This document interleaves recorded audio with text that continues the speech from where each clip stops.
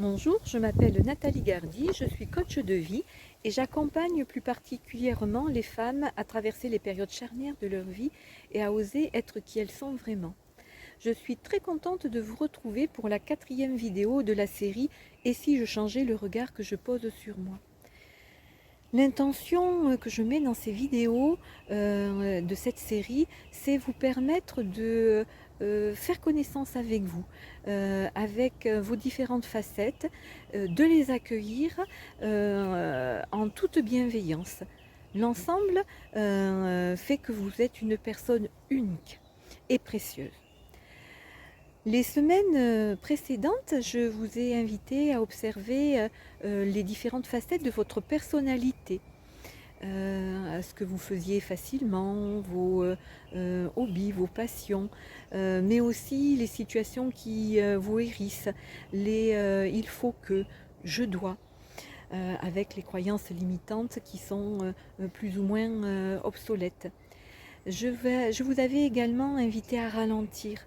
Ralentir pour prendre soin de vous, pour prendre soin de votre santé, pour vous permettre de également changer vos habitudes, de également mieux gérer votre stress.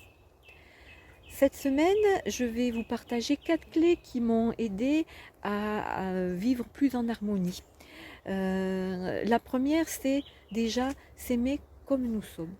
En effet, nous avons l'habitude de nous juger, de nous dévaloriser et nous ne voyons pas les talents que nous possédons parce que ce que nous faisons habituellement est tellement simple et sans valeur à nos yeux que du coup, on ne le voit pas.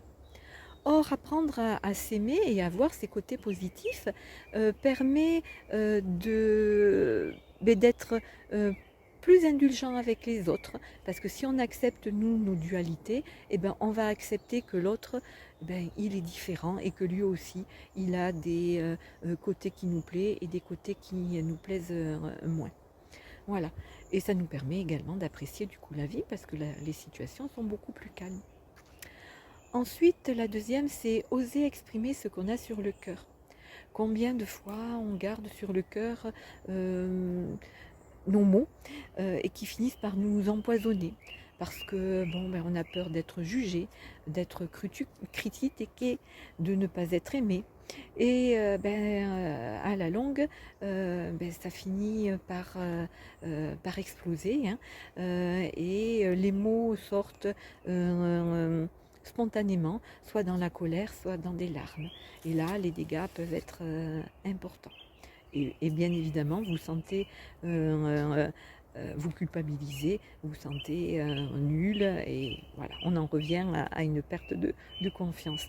Donc, justement, oser exprimer ce qu'on a sur le cœur au moment voulu va vous aider à être en paix avec vous-même et en paix avec les autres. La troisième clé est souriez à la vie quoi qu'il arrive. En effet, nous avons tendance à juger trop vite les situations. Qui d'entre nous n'a pas vécu une situation ressentie comme désagréable et qui, en définitive, a apporté du plaisir auquel on ne s'attendait pas du tout? Et au contraire, qui d'entre nous n'a pas vécu de situation agréable et qui, au contraire, était un cadeau empoisonné? Donc, apprenons à faire confiance en la vie et à ne pas juger trop vite. La dernière, c'est vivre dans l'instant présent. En effet, quand on observe sa carte intérieure, hein, c'est-à-dire nos pensées, nos émotions et notre ressenti, nous sommes souvent dans le stress et dans la peur liés à des situations que nous avons vécues dans le passé ou au contraire que nous imaginons dans le futur. Et l'inconnu génère cet état de stress. L'idéal, donc, c'est d'apprendre à vivre l'instant présent, à faire une chose à la fois, à être là et à apprécier vraiment le moment présent. Donc du coup, cette semaine, je vais vous demander d'être encore observateur de votre vie, hein. Déjà, regardez-vous dans un miroir, hein, observez comme vous êtes belle. Bien sûr, il y a des divines imperfections, mais voilà, appréciez-les. Vous allez également observer chaque fois les situations où vous n'avez pas osé exprimer ce que vous avez réellement sur le cœur, avec qui vous étiez, quelles sont les circonstances. Et ne vous jugez pas, soyez bienveillante avec vous et voyez comment la prochaine fois vous pourriez exprimer réellement ce que vous avez sur le cœur. Je vais vous inviter également à observer votre cadre intérieur plusieurs fois dans la journée. Il y a des applications que vous pouvez télécharger sur votre smartphone, hein, comme Mindbell.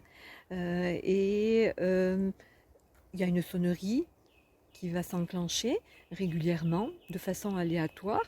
Et à ce moment-là, observez votre pensée, observez votre émotion et observez votre ressenti corporel. Voilà. Écoutez, j'espère que l'une de ces clés pourra vous aider, hein, dans votre quotidien. En attendant de vous lire, hein, n'hésitez pas à marquer dans vos commentaires vos petits pas et vos victoires, hein. Je vous rappelle, hein, célébrez vos victoires, hein. C'est important, hein. Ben, je vous souhaite une très belle semaine et vous dis à bientôt. Au revoir.